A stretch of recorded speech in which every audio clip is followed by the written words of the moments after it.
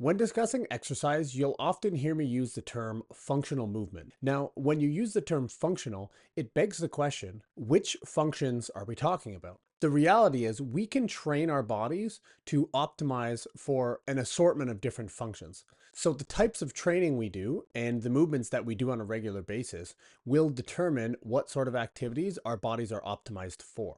So if I was using a bicep curl to improve the strength of your kicking in soccer, you can see how there might not be much relationship between that type of training and the outcome that we're looking for. However, if you were a professional arm wrestler, you might see that there's a lot more crossover in that type of training. There's a concept in training called the SAID principle, specific adaptation to impose demands. Our bodies will learn the movements that we are training in the specific context in which we are training them. This is why we need to know which functions are we trying to optimize for. And as humans, from an evolutionary perspective, we adapted from chimpanzees, which primarily function as quadrupeds on all four limbs, into bipedal animals walking on two legs. This allowed us to stand upright, to walk, and to run very effectively. The biology, physiology, psychology, social environment of humans has evolved alongside with these functions.